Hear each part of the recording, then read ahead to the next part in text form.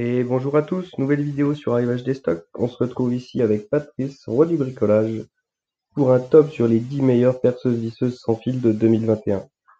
Moi je préfère vous le dire tout de suite avant de rentrer dans ce top. Moi, pour tout ce qui est perceuse visseuse sans fil, vous l'aurez deviné, ce que je préfère, c'est naturellement la marque Parkside. Puisqu'en fait, on a vraiment le meilleur rapport qualité-prix, tout simplement. On va voir dans ce top aussi des très bons produits, il n'y a aucun problème avec ça. Mais on est sur des marques qui vont coûter beaucoup plus cher pour pas forcément un résultat plus satisfaisant. Allez, on commence avec Makita, excellente marque. Dedans, vous avez deux batteries de longue durée, vous avez un super couple, un mandrin en métal, autoserrant de 13 mm. Ça rigole pas quoi, mais bon, on est à 189 € quand on peut en taper une à 50 balles chez Lidl. Ensuite, on a la perceuse visseuse Tac Life sans fil 18 volts. Celle-là, moi, je vous la conseille pas. Honnêtement, c'est du petit matos. Vous voyez, on a un mandrin en plastoc. C'est quand même pas ouf, hein. On va même dire que c'est de la merde, hein. Ensuite, on a la perceuse visseuse Einel, pardon. Plutôt un bon rapport qualité-prix à 75 €. Celle-là, je peux vous la conseiller. Ensuite, on va avoir la Bosch 18 volts Expert avec une batterie de 2,5 ampères. Légère et maniable, on la trouve pour environ une centaine d'euros. Ensuite, on va avoir la Bosch Professional GSR 12 volts 15 à 129 €. Pour moi, c'est cher pour ce que c'est. Honnêtement, à ce prix-là, on peut en avoir 3 Parkside, hein. Ensuite, on va avoir la Hitachi. Hitachi, c'est plutôt une bonne marque, mais là, on va être sur une gamme professionnelle. Et du coup, c'est vraiment pour les gens qui vont faire de l'intensif, et on va être à 253 €. Ensuite, on arrive avec la Rolls-Royce de la perceuse visseuse.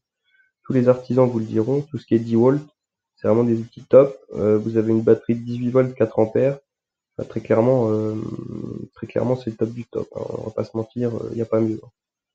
Une batterie qui vous fera des années. Vous n'avez pas de charbon dedans, c'est du moteur brushless. Voilà. Bon, par contre, c'est sûr que ça vaut le prix d'un loyer, quoi. Faut savoir, faut savoir ce qu'on veut, quoi. Là, on est vraiment sur un outil pour professionnels. Et comme je vous l'ai dit, il n'y a pas de charbon. Et quand il n'y a pas de charbon, c'est que c'est increvable. Voilà. En plus, dedans, vous avez deux batteries de 18 volts 4 ampères. Pour ceux qui font de la rénovation, qui font de l'intensif, il n'y a pas de doute, c'est le top. Ensuite, Black & Decker. C'est correct. C'est correct. Mais bon, au niveau rapport qualité-prix, vous savez très bien ce que j'en pense. Ensuite, on arrive sur du Black & Decker. Pareil, c'est très correct. Batterie 18 volts. C'est pas mal. C'est pas mal, mais bon. À 83 €, on peut acheter deux Parkside, quoi. Et on termine avec Ryobi. Ryobi, plutôt sympa. Petit matos, hein, on va pas se mentir. C'est du petit matériel. On va arriver sur une qualité Parkside et ce sera un peu plus cher. Voilà, bon, vous l'aurez compris, hein, c'est un petit peu biaisé comme raisonnement puisque nous, on est fans de Parkside. Et pour avoir testé des visseuses de grande marque, vous voyez, par exemple, sur cette Ryobi, on a encore un mandrin en plastoc, alors que pour 40 € chez Parkside, on a un mandrin en métal, quoi. Enfin, juste, c'est imbattable, tout simplement. Voilà, les amis, n'hésitez pas à nous donner votre avis sur les perceuses visseuses. C'est un outil qu'on utilise très souvent.